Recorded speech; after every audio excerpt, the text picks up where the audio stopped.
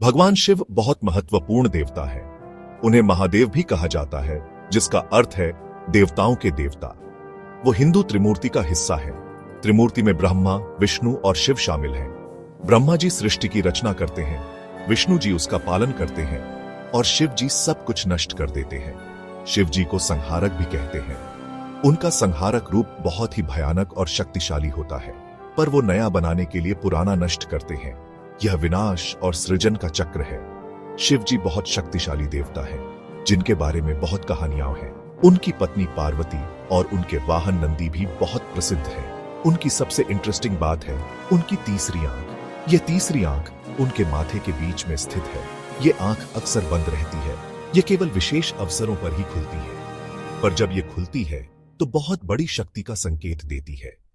यह शक्ति इतनी प्रबल होती है कि इससे संपूर्ण ब्रह्मांड प्रभावित हो सकता है। तीसरी आंख विजडम और स्पिरिचुअल अवेकनिंग दिखाती है। यह आत्मज्ञान और दिव्य दृष्टि का प्रतीक है। यह हिंदू मिथोलॉजी का एक पावरफुल सिंबल है। यह शक्ति, ज्ञान और आत्मज्ञान का प्रतीक है। चलिए शिव जी की तीसरी आंख की कहानी के बारे में जानते हैं। यह कहानी हमें शिव जी की महानता और उनकी दिव्य शक्तियों के बारे में बताती है। शिव जी को तीसरी आंख कैसे मिली, इसकी बहुत सी कहानियां हैं। एक कहानी शिव जी और उनकी पत्नी पार्वती जी की है। वो दोनों खेल रहे थे। पार्वती जी ने पीछे से शिव जी की आंखें ढक ली। अचानक पूरा यूनिवर्स अंधेरे में डूब गया। सूरज की रोशनी चली गई और सब कुछ शांत हो गया। रोशनी वापस लाने के लिए शिव जी ने अपनी तीसरी आंख खोली। यह शक्तिशाली आंख इतनी तेज थी कि कुछ भी जला सकती थी, चाहे वो कितना भी मजबूत क्यों ना हो। यह कहानी दिखाती है कि शिव जी की तीसरी आंख बहुत बड़ी एनर्जी और पावर का सोर्स है। इसे हल्के में नहीं लेना चाहिए, क्योंकि यह बहुत ही शक्तिशाली है। शिव जी की तीसरी आंख के बारे में एक प्रसिद्ध कहानी कामदेव के जलने की है। कामदेव प्यार के देवता है। उन्होंने शिव जी पर प्रेम बाण चलाया ताकि वो पार्वती जी से प्यार करने लगे। शिव जी गहरी समाधि में थे। कामदेव ने उन्हें डिस्टर्ब किया तो उन्हें बहुत गुस्सा आया। शिव जी ने गुस्से में अपनी तीसरी आंख खोल दी। उनकी तीसरी आंख से निकली आग ने कामदेव को जलाकर राख कर दिया। यह कहानी दिखाती है कि शिव जी की तीसरी आंख न सिर्फ पावरफुल है, बल्कि बहुत डिस्ट्रक्टिव भी है।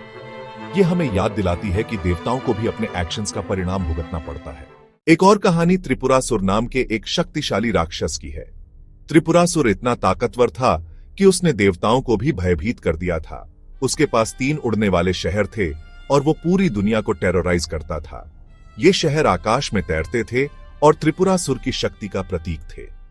देवताओं ने शिव जी से मदद मांगी। वे सभी त्रिपुरासुर के आतंक से परेशान थे और उन्हें एक ऐसे योद्धा की जरूरत थी जो इस राक्षस को हरा सके। शिव जी राक्षस को हराने के लिए मान गए। उन्होंने देवताओं को आश्वासन दिया कि वे त्रिपुरासुर का अंत करेंगे। शिव जी ने एक खास रथ बनाया जिसमें धरती रथ थी।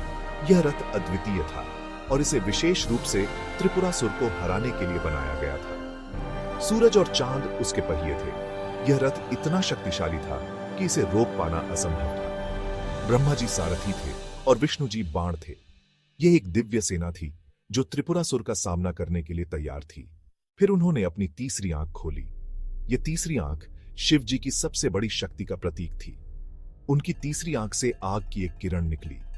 यह किरण इतनी शक्तिशाली थी कि इसे कोई भी नहीं रोक सकता था। इसने त्रिपुरासुर के 3 शहरों को नष्ट कर दिया।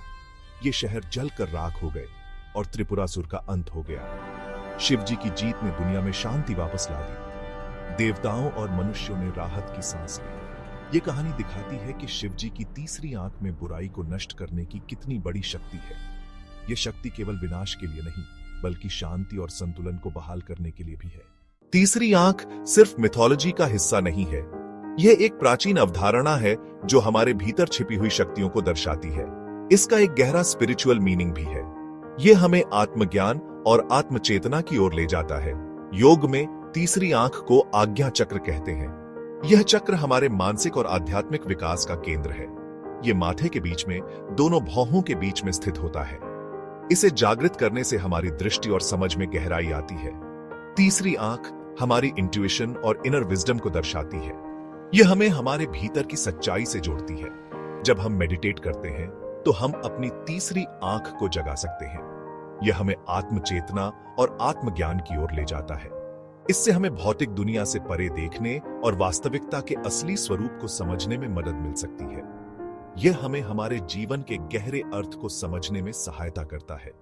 शिव जी की तीसरी आंख की कहानियां हमें विजडम की पावर, अपने गुस्से को कंट्रोल करने की जरूरत और स्पिरिचुअल अवेकनिंग के महत्व के बारे में सिखाती है। यह कहानियां हमें आत्मनियंत्रण और आत्मज्ञान की ओर प्रेरित करती है और स्पिरिचुअल अवेकनिंग के महत्व के बारे में सिखाती है। यह कहानियां हमें आत्मनियंत्रण और आत्मज्ञान की ओर प्रेरित करती है। वो हमें याद दिलाती है कि अंधेरे का सामना करते हुए भी हमारे अंदर हमेशा प्रकाश रहता है। यह प्रकाश हमें मार्गदर्शन करता है और हमें सच्चाई की ओर ले जाता है। हमारे अंदर हमेशा प्रकाश रहता है। यह प्रकाश हमें मार्गदर्शन करता है और हमें सच्चाई की ओर ले जाता है।